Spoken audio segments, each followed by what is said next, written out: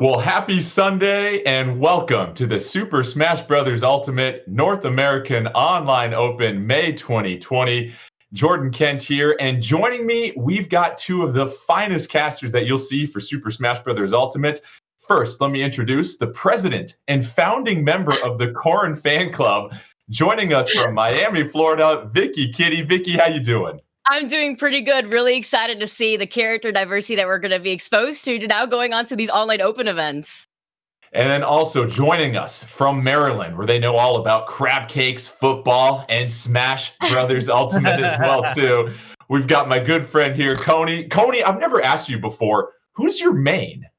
I actually play banjo. I'm a banjo player. You would not believe the excitement I had when I had that character come onto the screen, because I remember being 12, 13 years old playing Banjo-Kazooie, and I played Smash 64. I was like, why isn't he in this game? I want him in this game. Put him in the game. And now he's finally in the game this far later. I play him and Wolf, a little bit of back and forth. So, yeah, I love that character. Well, thank you for the trip down memory lane right there. Yeah. Let's talk about what's at stake here today. We've got our top 4 finalists from regions 7 and 8, so basically northeastern North America, that have prevailed over 3,000 competitors, and we're going to get a chance to see them take place. Let's take a look at the bracket here and explain some of the basic rules for you as we get set for this finals. It's double elimination. Every single match, as you know, is best of 3 when it comes to the games. The games will be 3 stocks, 7 minutes, no items. And as far as the stages go, we've got 8 stages selected. It'll be random selection. You see some guy taking on Ventus Will, and then Crunchbat versus Greninja. And what's at stake for our winner? Well, our winner today will be able to take home, or actually download, a digital download for the Super Smash Bros. Ultimate Fighters Pass Volume 2 and the Splatoon 2 game. And oh, by the way, let's go ahead and fill up that Switch library and give you a digital download for the ARMS game. So a lot of great prizes to go along with some bragging rights as well too. And Vicky, we were having this conversation before we got started, and Super Smash Bros. Ultimate has been out for over a year and a half now, basically. And one thing that really stands out is the fighter balance in this game and just how capable any given fighter is in any given match. Well, with the amount of time that has passed already, I mean, we were just talking about this. There is no set best fighter in the game, and I think that's the beauty of Super Smash Bros. Ultimate. With over 70 fighters to choose from, there's a plethora of very capable characters that could really come on top. And I think that's the uniqueness that goes behind the individuality that players decide to choose into going with these characters.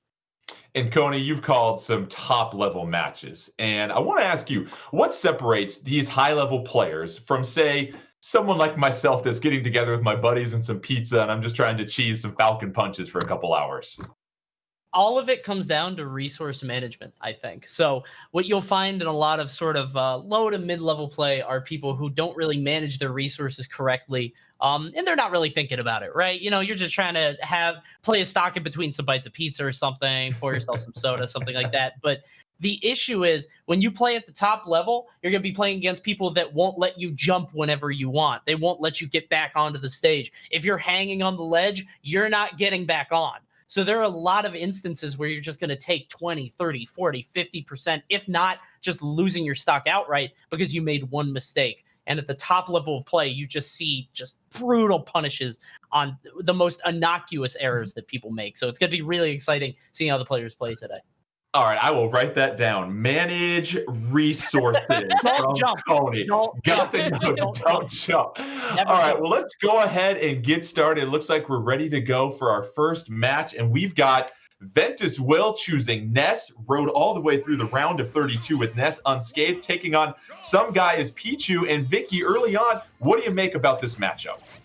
It's going to be quite interesting to see, 'cause now that we have Pichu on the map, in general, Ventus Will, she's a really good Ness player. She capitalizes off of those mistakes that Coney was mentioning. And when it comes to Ness jumping in that space that Ness likes to use, that fair that you're seeing Ventus Will actually drift back with, it could be difficult for Pichu to go in for an overextension. So that's why you're going to see some guy use the jolts to try to force Ventus Will to shield.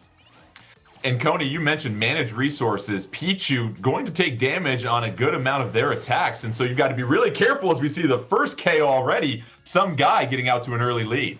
Yeah, Pichu is the quintessential glass cannon archetype. Obviously, she's going to do damage to herself whenever she throws out a Thunder Jolt, whenever she does any electric-based attack. And what that means is she's going to take damage, which makes it easier for her to KO. Also, the lightest character in the game by a considerable margin, but has insane KO potential, as you saw with that forward smash there. And now Ventus Will is reeling. Also, really good recovery for Pichu, but Ventus Will finally getting some stage control here, Vicky. Yeah, but managing to finally bring it back, Ventus Will only taking 48%. Some guys still in the game right here with these cross-ups. You see the back airs into the grab. In general, some guys just been putting a lot of pressure onto Ventus Will, and not really Ventus Will has been able to capitalize on the fact that he did lose that stock a little early, so he has to try to figure out a way to bring it back here. Both fighters down to 2 stocks at this point, but Ventus Will at 125, really trying to hang on, rack up some damage against some guy to try and even things out. But some guy, Ventus Will able to hang on, and we know that air dodge, Coney, something special for Ness. Yeah, it's almost like a third jump for that character. They really knew that Ness's recovery would struggle a lot if they only had, the 2 jumps in the up B. So Ventus Will using that air dodge to great effect and holding onto the stock as long as possible. 150, but an unsafe dash attack will lose it as some guy takes the KO. Some guy doing a fine job of punishing on the dash attack, and now some guy in control of 2 stocks to 1. Vicky, this is where you really try to find that separation if you're some guy, if you want to pull ahead and take this first game.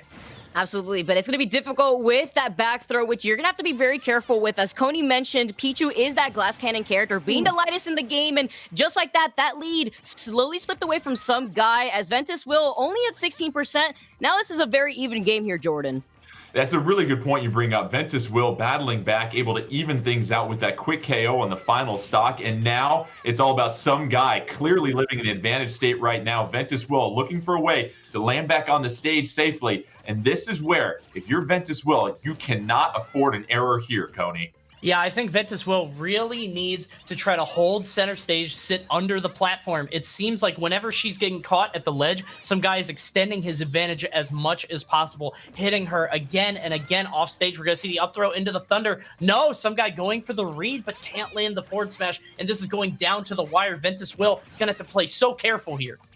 Ventus Will trying to hang on, connects with the up smash. Looking to get back up on stage. The charge smash attack can't get the read. Some guy going to get punished for that. And here's a chance for Ventus Will to turn the tables here, Vicky. And Ventus Will unable to lose this one based upon just how tenacious they are. And some guy, the bit of the gip there at the end, Vicky. Yeah, when it comes to Pichu and Pikachu's recovery, it's those tricky angles that could really do it for yourself if you find yourself caught by the lip of the stage. And that's unfortunately what we just saw right there. In general, though, some guy, he was doing a really good job at capitalizing off of Ventus Will's mistakes. You saw that up smash out of shield when the cross up on the dash attack didn't really do it for some guy, for Ventus Will. But unfortunately, just not really able to make it back after using the recovery. I think what it comes down to is you saw him, he was trying to avoid the yo-yo, right? I mean, Ventus Will was covering the ledge with that yo-yo, so it was right there, but I think some guy got a little bit too scared, and unfortunately just messed up the angle just a bit on that recovery. And you talked about it, Coney. Pichu being a glass cannon seemed like they were in full control that entire final stock with just a couple of slip-ups, and you saw how quickly Ventus Will was able to turn the tide of that match. Yeah, just so much damage racked up so quickly. And even if you're not really getting hit by the KO blow, sometimes the fear of it can really make things scary. Like I was saying, with that yo-yo, it's like, okay, if I try to grab the ledge, that yo-yo is going to KO me at 60 or 70. So I need to mix up my recovery, maybe getting into his own head a little bit too much and messing up the angles on the up B. So a lot of different factors at play. This match is starting off a little bit slower than the last one. I think that's to Ventus Will's favor. Yeah, honestly, you have to think about the momentum as well, just the respect being given between Pichu and Ness. We've talked about the fact that Pichu could essentially just blow up being the lightest character in the game, and that respect was given to Ventus Will, where some guy recognized, if I get back thrown at any more 20% higher, I could find myself losing that lead that I thought I had, so, evidently. Yeah. Ventus Will getting back up on stage, avoids the near KO, and going back to some guy in Pichu, Vicky, you have to really make sure you're accurate, because if you're missing with some of Pichu's attacks, you're taking unnecessary damage. And for a very light character, in fact, the lightest character, you can't afford to do that. Yeah, absolutely. And you can see the same situation that Coney was talking about set up successfully. So he couldn't really get above the ledge since he was below the stage there. We saw like he tried to go for the high recovery in that last game, and it didn't really work out in his favor. But here instead, he forcibly was caught with that yo-yo hitbox that lingers so low below the stage. A couple of grabs coming out from Pichu, chaining into some down throw combos, and that's what we love about Pichu as a player, as a fighter here, Coney, is the combo ability. If you're able to get in when neutral, you've got a chance to rack up significant damage for the small little electric type.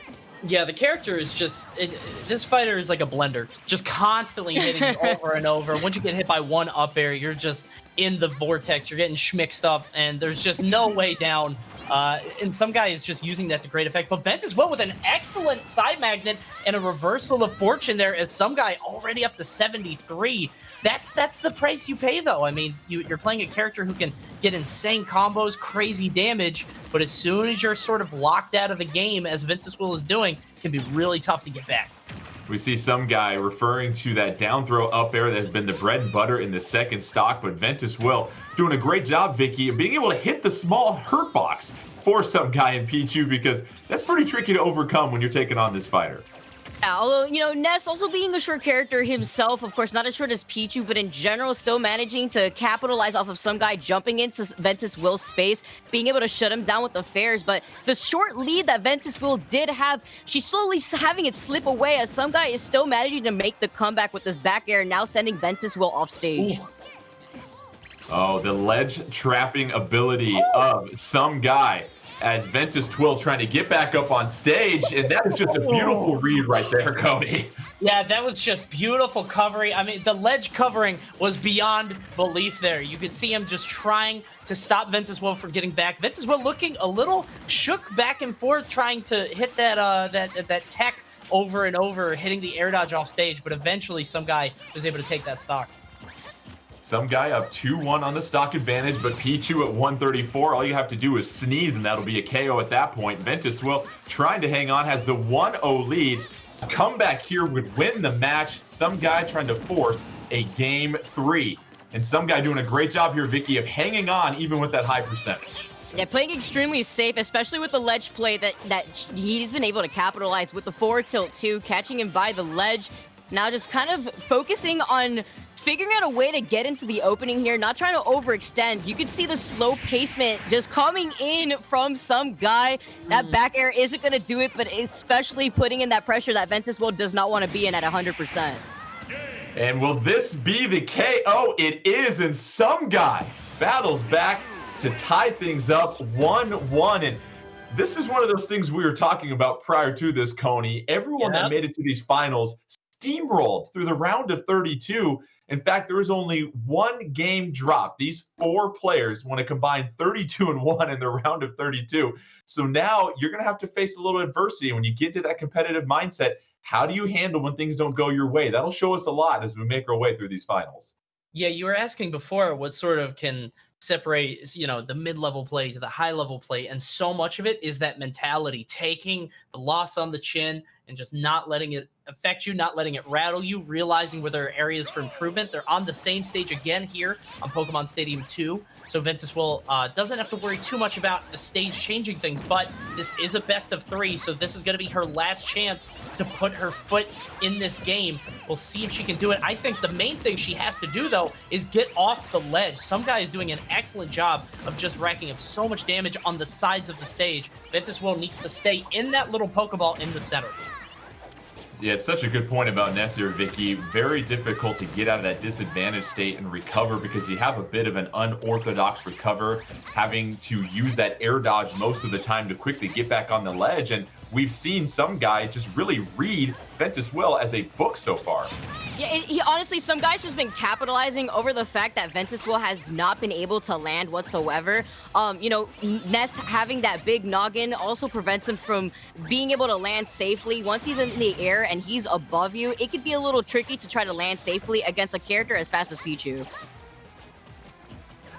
And Ventus Will with Ness Some guy with Pichu, winner of this game, will move on, take the match, and advance in our bracket. Loser will drop to obviously the loser's bracket. It is double elimination, top 4 players in regions 7 and 8 as we get action started here. Both fighters still in that first stock. Nobody really taking advantage here, and it seems like for Ventus Will, you gotta maintain stage control against Pichu here because you can't get on these ledges like we've seen in the first couple of games here, Coney. That's where you've really struggled against Pichu. Yeah, no question. You can tell that the pace has really slowed down. We're about to hit the 100-second mark on this first game, and no stock has been lost. And that's not for lack of trying. You saw some guy hit the down smash in the center stage, trying to go for these forward tilts, and eventually going to land into that back air from Ness. Now, Ventus was going to do everything she can to try to hold that stock, but she's going to eat a back air of her own, and it's a 2-stock game. Yeah, quick stock trade-off right there. Both fighters down to their second stock. As we mentioned before, winner of this game will move on in our bracket. And Vicky, Ventus Will seems like they're finally starting to learn some of those safe approaches that some guys trying to throw out with Pichu. And that's part of this whole thing is reading and learning how to almost condition your opponent. Absolutely. I mean, you see the few times when she actually uses the PK fire that you have some guy sometimes has to get stuck in shield, but at the same time, some guy is taking advantage of getting into close quarters of Ventus Will, whereas Ventus Will has been constantly trying to space out some guy, using the fairs as a back-off option to prevent some guy from approaching from right underneath them. But at the same time, you see right here, getting the cross-up with the back air, taking advantage of the fact that Ventus Will was going to be on that top platform.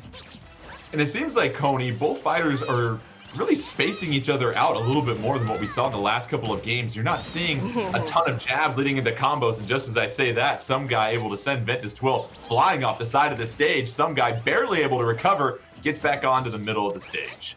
Yeah, some guy really went for it all there, gave up stage control in the ledge trap to try to go off stage against Ventus Will, and that's really one of the things that Ness can really sort of exploit online more than offline, is trying to get off stage and punish Ness for that recovery is such a tight window that it can be super difficult to do online, and you saw some guy kind of pay the price for it. He actually gave up stage control, and it might have led to the KO. Excellent drag down up air into the grab, and now Ventus Will kind of running away with things. Only at 103, so he's not too much in the danger zone. Some guys got to figure something out quickly. And you bring up a really good point, Coney. That was a terrific sequence by Ventus Will. You get some guy to nearly 30%. You've got a 1-stock lead. Now, Vicky, this is where you just got to play smart. You want to maintain your aggressiveness, but you don't want to get out of control looking for that KO, leaving yourself vulnerable. Yeah, now that some guy's at 70% and Ventus Will has the lead, it's going to be a lot trickier to be as aggressive as some guy has been playing. Now Ventus Will is going to be able to capitalize on the fact that some guy has to slow down that gameplay. It's looking a little tricky now by the ledge, and losing that advantage as Pichu is also dire because of the fact that Pichu inflicts damage upon himself. The fact that he's a really light character, and the yo-yo reaching again underneath the stage is going to take care of some guy, and Ventus Will takes it over some guy. Ventus Will, the incredible read with the down smash on the side of the stage there. And Ventus Will, who, Coney, didn't lose a single game in the round of 32, takes that loss from some guy and able to respond and adapt. And that's what you continue to talk about. The top level players will see maybe a weakness in a match, weakness in a game, figure out what they need to change, and then go ahead, apply it, and become successful because of that. Yeah, what seemed to be happening in that set is that some guy was just coming out, just guns blazing, just arms swinging, just constant attacks, constant smash attacks, constant back airs, just approaching back airs, not really considering his own safety all that much. And Ventus Will, I think, was sort of taken aback a little bit, had to step back, inhale, exhale, and take a deep breath. And I think you really saw that happen in the third and final game, where Ventus Will wasn't jumping into the attacks. She was just shielding and waiting for the down smash to be over. She was using the forward air to be that sort of disjoint to kind of keep Pichu out. And I think just that slower pace really sort of helped her get that win, as some guy never really hit the brakes, and I think he just ended up crashing it there at the end. Let's go ahead and take a look at the bracket and see how things advanced after our very first match in this finals double elimination bracket. Ventus Will from Canada advancing on to the next round of the winners final.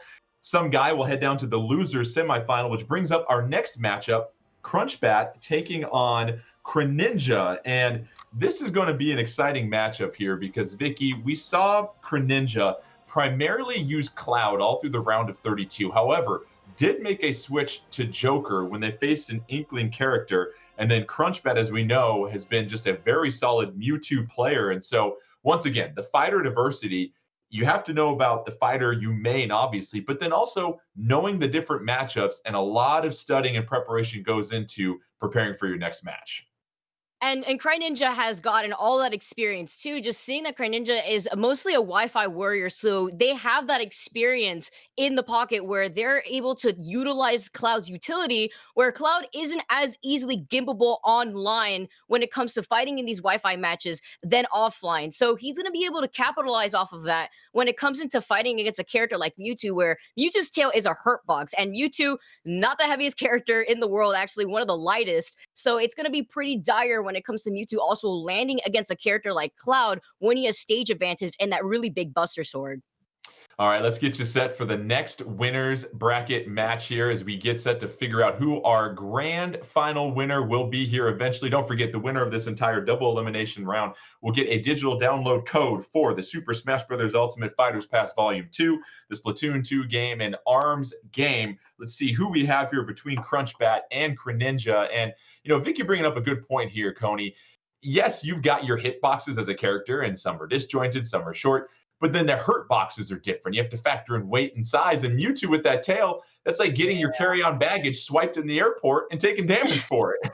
Yeah, it doesn't really seem fair in some ways. That we were just talking about glass cannons, and I hate to reiterate the same point, but Mewtwo is very much sort of the same kind of character in that incredibly large, so huge hurt box, but very light at the same time. And what that means is you can just kind of space moves and throw out these moves.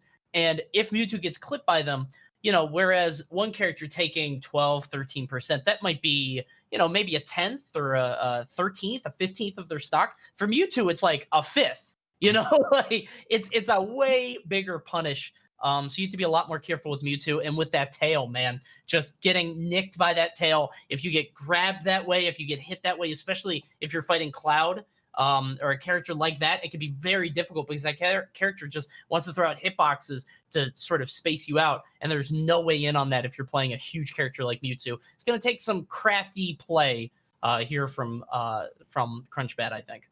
And that's a really good point you bring up, Coney, because Vicky, a lot of times you're going to have your main, but you might realize it's just not a good matchup. And with so many fighters, every fighter is going to have a weakness and struggle against somebody else potentially. But this is when those counter picks come into play. And for most of our finalists here, we didn't see them change to a counter pick too often. But now that you're facing the best of the best, you've steamrolled the competition. You haven't lost a game coming to this point. Now you're facing some folks that are in the same boat as you. You might have to make that fighter swap if you're seeing that you find yourself in a bad matchup. Yeah, it seems like Crunchbat honestly stuck with the solo Mewtwo. So the fact that Crunchbat has been able to get this far playing against a glass cannon like Mewtwo, it shows that this guy's probably a specialist with his character. So he's gonna have to readapt around a character like Cloud. We did see actually Greninja use Joker at one point, but I don't think we're gonna have a switch up in the matchup, at least from Greninja's point of view. Oh, actually, he made me eat my words. He actually started the game with Joker here. So we're gonna be getting a feel. Maybe Greninja actually switching the next game, but opting to start off the set first, testing out the waters with Joker. I'm surprised, honestly, for all the reasons that you were just saying. I feel like Joker, great character, obviously, but I feel like not tailor-made for this like his other character would be. But we'll see how he performs here as Crunchbat, starting off with not a great opening, but he's able to answer back with just 2 moves. Again, it's that glass cannon, man. Mewtwo, when he hits you, he hits hard. And it's such a good point you make about the switch to Joker. You figure with Cloud, you've got some large disjointed hitboxes coming out, but Joker, you never know. You want to bring Arsene to the battle and go toe-to-toe with Mewtwo, but right now it's pretty even. Both fighters fresh as a daisy on their first stock, and a nice trading blow, but here comes Arsene out. And when you're facing Arsene here, Vicky, and you're Mewtwo, you have to change your game plan for about the next 30 seconds. Honestly, the same situation that Mewtwo would have faced against Cloud and just the large hitboxes that Cloud has, now the same would persist with Arsene, where you have to be really careful with that back air. You have to get a little aggressive because you want Arsene to be off the board, and the more you hit Joker, that would be the case. But here, you essentially have Greninja doing a really good job at keeping it even with Crunchbat, and Crunchbat not trying to overextend himself, respecting Arsene more than anything. Both fighters near 100%. Oh, the read gonna go ahead and get hit. with confusion, and Mewtwo sets up the smash attack, and Crunchbat taking the first stock here, Coney. An incredible confusion there to stop Greninja in his tracks. Crunchbat taking the first stock and running away with it. Arsene is back, but it doesn't matter. Another confusion to levy him off. And now he's going to try to hit him with this back air. Can't quite land it. Crunchbat in a bad position. But the back throw might seal it, not quite. And now part of me is wondering, maybe we should have seen the Cloud. I definitely agree with you there, Cody. Yeah. Right now, it's just looking like a struggle. Oh, we know tech and getting that back air, clipping Greninja by the ledge. Unfortunate, but with this significant lead here, Jordan, now it's going to be difficult for Greninja to even play patiently to try to bring it back, because now Crunchbat has essentially the green light to go all in. And as you mentioned, Crunchbat has got some terrific spacing and defensive tools. We've seen using that disable and confusion to really mitigate a lot of the aggressiveness coming out from Greninja. And Crunchbat putting on a display, an absolute clinic here with Mewtwo in this first game, Coney. Be a 3-stock if he could just get this one last game. Greninja has no Arsene on deck, which is just going to make things harder and harder. Tries to get the read into the up smash. Can't quite land it. Greninja taking one, but I don't know if that's going to be enough to turn this one around. This one might just be in the books. Yeah, it's a steep slope to climb if you're Greninja right now, but you never say never. You got a light floaty character in Mewtwo, but you've seen Greninja just hasn't had a ton of success getting in close, applying pressure, and racking up those combos that Joker's so well known for. It's been all Mewtwo mitigating a lot of those advances coming in, and Mewtwo really dictating the pace of play of this match, Vicky. Yeah, you can't count out Mewtwo just yet. So you can't count out Greninja just yet, just because of the fact that Mewtwo is that light character, but with the down air spike catching Crunchbat off guard. And although there is 160% on the board, this is still quite a steep here for Greninja to try to bring it back. But again, not impossible. Now being able to use this confusion to actually catch Greninja off guard whenever he is trying to go for a jump in here. But you see him slowly coming back. This would be amazing if he could pull it off. One of the scariest things about Mewtwo is not only can they KO you with strong moves, but oh, no way, no way, no way! Oh! Catch KO, Greninja brought it all the way back, staying at above 100% all 3 stocks. That was unreal. Greninja not joking around with Joker. An unbelievable comeback, was staring at triple percentage for 2 of those stocks, comes back down 3-1. And as Coney said, Vicky, Mewtwo is a glass cannon. You can apply a lot of damage, but you better make sure you are playing a strong defensive game, because you can see how quickly, to quote the fine words of Michael Scott, how the turns have tabled. Great show. But that was just incredible showing of being able to take advantage of what Mewtwo lacks as a character. And now when you kind of feel like you have that green light to get aggressive because you have the lead, and you kind of lose control and you're not winning those trades, especially around the end where rage is still a factor here in Ultimate and it's slowly taking away from you, you have to be really careful, especially by the ledge, as a big character like Mewtwo, who will be susceptible to getting hit by those hard-hitting moves and losing that stock relatively early, like we saw in the last match with Pichu. And Coney, I thought that Greninja did a really fine job with Arsene in that second stock. I think that really helped Greninja get back into that match against Crunchbat, because first time Arsene came out, you got to really make the best use of Arsene. Joker's a terrific fighter without Arsene. We get that. But with Arsene, that's really what separates Joker from a lot of other fighters in this game, and why, if you're watching some really top-level tournaments, some people love Joker as a character, and you have to be judicious with that. Versus Mewtwo, we saw Mewtwo get in that disadvantage state, and that's a really tough area for Mewtwo to get out of. Yeah, and just because so much of the percent that you tack on is just permanent for Mewtwo, because he's going to get KO'd so much earlier. And Greninja just playing out of his mind in that last game. I don't want to stick on it too long, but I cannot overstate. He had no Arsene on the second stock. He's fighting Mewtwo, who's a character who also has KO throws. Let's keep that in mind. It's not like he had to just avoid attacks. He also had to avoid getting grabbed those entire 3 stocks. So Greninja just playing out of his mind in that game. We'll see if he can extend it. Right now, a little bit more even paced on this game 2 on Yoshi's story. And it's a smaller stage as well too, Vicky, and you wonder how that'll impact things, because Joker, being a rushdown character, going ahead and getting that first KO, taking that first stock in this one, doesn't have to navigate as much space. And if you're Mewtwo, you don't have a lot of room to run. Yeah, that's actually why we've been seeing Crunchback go for the B reverse on the Shadow Ball, so that way he could extend his movement, get a little bit of momentum in the air, but almost clipping him right there with the Nair. Being able to come back, though, might as well. It's a little difficult. This is where Mewtwo, I feel like, struggles when it just comes to getting back from the ledge. And such a good point. Greninja applying all sorts of pressure on Crunchbat at this point, and this is how you really want to utilize Joker here, Coney. Be aggressive, build up that Arsa meter, never let a zoning character like Mewtwo get comfortable and get you off the stage. Yeah, beautiful forward air there, that Shadow Claw from Crunchbat. And we were sort of wondering why Greninja would go Joker instead of Cloud, but I think it's a different sort of game plan that's really paying off for him. So whereas Cloud wants to keep you out, and he wants to throw out those disjointed aerials and make sure Mewtwo doesn't get in, Joker is more of that sort of chic Greninja sort of archetype where they want to get in at the right times. They use their mobility to land a hit when you're vulnerable and then sort of rack up damage from there. And I feel like he's really been making the most of that. And then Arsene just is so punishing as you see Crunchbat struggling to get back to the stage. He does get stage control, but Greninja is just on it. Crunchbat trying to battle back. Oh, misses though. On the confusion, can't capitalize. That might be a turning point in this match here, Vicky. Yeah, unfortunately, whiffing that forward smash, that was the perfect opportunity for him to take advantage of the fact that Greninja was unable to do much in that situation. But now with only one stock, Crunchbat losing the ability to try to keep this match even. Again, we've seen time and time again these fighters being able to bring it back, but now Crunchbat in the backseat having to come back from the situation. And it's an interesting point. Greninja now in control. Here comes Crunchbat, able to punish with that forward smash. Connects on that one. We'll give you a 1 for 2. That'll still work out in this match. Yeah, beautiful confusion there, and now we're going to see as much damage as possible. It's a one-stock game between these two, so it's anyone's round. Crunchbat has to sort of forget about what happened to him last game, forget about everything except the moment right here. Arsene is here, so it's going to make things a little bit difficult. Has to watch himself getting back on stage, especially after how that first game ended. He's just in such danger when he's at the ledge.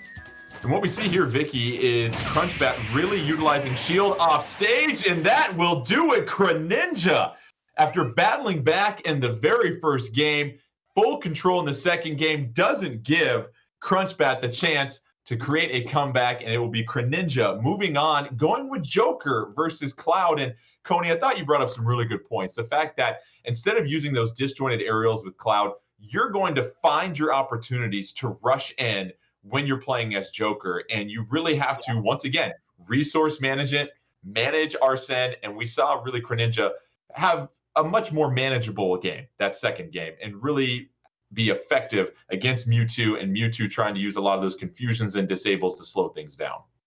Yeah, it seemed like Greninja was much more comfortable playing the game that way, the way that he was just sort of maneuvering in and out, getting around Mewtwo's hitboxes with Joker's high mobility. Seemed like a different sort of game plan. And there at the end, you saw Crunchbat trying to get to the ledge, but slightly mistiming. And it's those slight execution errors that can cost you stocks, cost you games, and cost you sets in that instance where he just tried to get the ledge, floated a little bit too high, Greninja capitalizing with that forward smash and taking the set. Yeah, essentially to follow up from what Coney had said at the very beginning, where, these pro players, they capitalize off of your mistakes. And that's essentially what we saw right there from the high recovery. You saw that, unfortunately for Crunchbat, he was unable to get to the ledge for that invincibility, and he essentially paid the price for it. Let's go ahead and take a look at the bracket as we get done with our second match in the winner's bracket as well, too. Advancing on to the next winner's final will be Ventus Will taking on Greninja, and you'll see some guy versus Crunchbat. They'll face off in the loser semifinal, but we're going to go ahead and advance to the winner's final next to figure out who will have their first spot in the grand finals. It'll be Ventus Will taking on Greninja. We saw Greninja utilize that Joker so well, but then Ventus Will with Ness. And you start to look at this matchup here, Coney, and what comes to mind when you're seeing Ness taking on Joker here? I don't want to eat my words again, but I feel like I think it might be Cloud. I really do, because Cloud against Ness is it's difficult. Ness obviously wanting to sort of keep people out with that forward air, so sort of push people out of the way and be able to space it out. But Cloud just having that sword, Ness does struggle against sword characters in a lot of instances. So we'll see if he opts to go for that. However, one of the things to keep in mind is, as we saw in the first set with Ventus Will, She likes using that yo-yo off stage, and Cloud can have a really tough time recovering if they don't snap to ledge perfectly. That yo-yo is going to cut them off every time. So maybe I would not be surprised if Greninja actually opts for the Joker. But I think sort of in the moment-to-moment gameplay on stage in the neutral, Cloud would be beneficial. It really comes down to player preference. As far as I know, Ventus will using Ness the entire tournament, so she's going to stick on that. So we'll have to see. I'm really excited. And Vicky, are there any similarities between Ness and Mewtwo? Because if you are Greninja, do you basically stick with the same strategy if you're looking at your matchups and realizing, okay, my opponent's choosing a fighter where there really isn't too big of a difference in the way that they might play? What are your thoughts on that Ness versus Mewtwo comparison? Perhaps Greninja understanding that Ness likes to approach in the air a lot. You see a lot of the fairs coming out from Greninja in general. Ness likes to approach with fair, and he may be essentially backing down, being as patient as we saw within the last game, where he was even able to bring it back from a 3-stock disadvantage. I think we're going to be seeing a more slow-paced game, at least from Greninja's side of things. From Ventus Will, I think Ventus Will, she's going to have to essentially capitalize off of the fact that if Greninja goes Cloud, as Coney was saying, take advantage of Cloud's biggest disadvantage state, and that is being off stage. And Coney, we talk about the match within the match, how you're starting to learn about what your opponent's going to do. And you hear that term conditioning thrown out. And for some folks that are really starting to get into the competitive scene, what does it mean to condition your opponent throughout a match? Well, it really comes down to your character choice. So there's certain characters who really want to force you to do things like shield. So what they'll do is they'll just use a lot of smash attacks. They'll use a lot of really strong moves that you want to sort of put your block up for. And then once you start doing that, they'll lead into grabs. And then the grabs may actually do more damage than the smash attacks. And you may not even realize it. Sometimes what people do is they'll intentionally leave things open at the ledge. So let's say I've got somebody at the ledge and then I'm clearly not covering normal get up. Eventually somebody's gonna just stand up into something, and they may stand up right into a forward smash. And I'm interested to see if Greninja goes for something like that. I think we saw it in the last match against Crunchbat with that forward smash on the Mewtwo, but it looks like he's opting for Cloud here on Yoshi's Island. You know, Coney, I was going to credit you for looking into the crystal ball. Normally when it's cloudy, you don't have a good say on things, but you see Cloud here, and early on, it's Greninja with a slight advantage over Ventus Will. Going as Ness, we saw Ventus Will with Ness really take care of business against some guy earlier on, and a small, light character in Pichu they faced, and now you've got a little bit more of a target in Cloud. But Vicky, with Cloud, it's all about how you utilize limit when you get that chance to release one of those powerful special attacks. Yeah, absolutely. You have the limit online right now, and we had seen before where he was able to use that cross slash to essentially anti-air Ventus Will, and I think we're going to be seeing that in the matchup in general, but something that Ventus Will was able to do very well there was respect the limit. You see that Ventus Will has been racking up the damage with the PK Fire, but he doesn't want to use it so close to Greninja, or else a back air like that is going to happen, where now he is at a disadvantage, where, Greninja's only taken 73%. And Greninja well in control in his first stock, already a 1-stock advantage over Ventus Will. You see that Blade Beam coming out, racking up a terrific amount of damage. And Coney, for Greninja and Cloud, any opportunity you get to knock Ness off the stage, but a bit of a miscalculation, that up B, sending Greninja to an early demise in their first stock. Yeah, wondering if Greninja just hit the button one too many times and didn't realize it, or if he was just trying to take Ventus down with him. Just because if he did get that KO, he would be a full stock ahead. Not a huge detour for Greninja, still considerably ahead in terms of percent. But obviously you don't want to lose the match after that and start thinking, well, what if I didn't give up that stock? What if I didn't SD? Have to see how he. Oh, that should do it. Yeah, now he's not too worried about losing that first stock that way. But I do believe that he wanted to try to drag him down with that double up B, which, Cloud could actually keep you in place right there. But lucky for Ventus Will, he did avoid it. But unlucky for Ventus Will that he was going to lose that stock to that limit cross slash, something that you're going to have to be worried about with now Greninja up basically an entire stock over Ventus Will.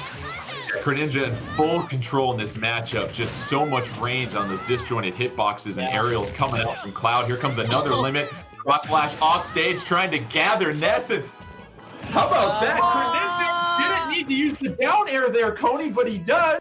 And now Ventus Will has got some life on the final stock. He definitely shouldn't have done that. Okay, it doesn't matter. It doesn't matter. Hits him with the Charles Barkley swing, and that'll do it. Yeah, he didn't really have to go for that down air, but that's always a risk that you can run sometimes when you try to go for the pick style, go for the clip. I think he was at an advantage, such high advantage that it didn't really matter too much. He's like, all right, if I lose my stock here, whatever. And he did end up winning, but yeah, that was a statement he was trying to make. For Yeah, sure. I mean, you just want to put on a good show for the audience at home. Now, watching everybody just trying to be the star of the show, essentially. And although it did cost him his stock, he managed to take the first game now.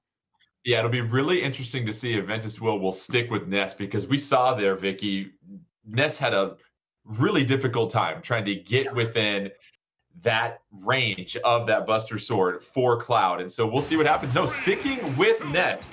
Ventus Twill saying, I went with Ness. I started with Ness. We rolling through this together. Let's go ahead and get to Pokemon Stadium 2 here as we get set for a second game in this match. Winner will advance to the grand finals. Loser will be sent down to the loser's bracket.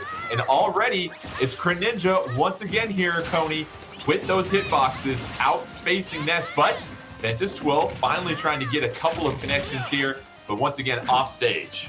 Yeah, Greninja being a little bit too eager, I think, pulling the trigger on that limit. You saw the cross slash there. I think he's trying to get Ventus Will jumping into it, but Ventus Will, again, sort of like we were talking about earlier, managing the resource. Ness's double jump is just so precious to that character, because if you get knocked out of it, it's usually your stock. So I feel like Greninja has to do a better job of sort of waiting, sort of pumping the brakes, waiting to see what Ventus Will is going to do.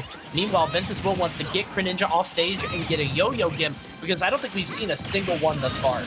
Ooh, but unfortunately, though, you're right close to the ledge lip. Gonna get hit by that spike with the double up B, and we had seen in the last game Greninja try to go for something similar, but this time around actually managing to land its mark onto Ventus Will, and now that lead is slowly slipping away from Ventus Will, and now Greninja now being able to capitalize off of that. Greninja with limit charge, misses on the cross slash, and Ventus Will gonna punish for the miss there. And that was huge there, Coney, because now you have a chance to make it a little bit more of an even match. If you had eaten that cross slash, that would have been a huge advantage for Greninja. Yeah, it probably, obviously, it wouldn't have taken the stock, but it would have done so much damage and put Ventus Will off stage. Greninja, again, maybe needs to be a little less eager to let it go on the limit. You can hold on to it for up to 15 seconds, so maybe try to find your moment, pick your spot.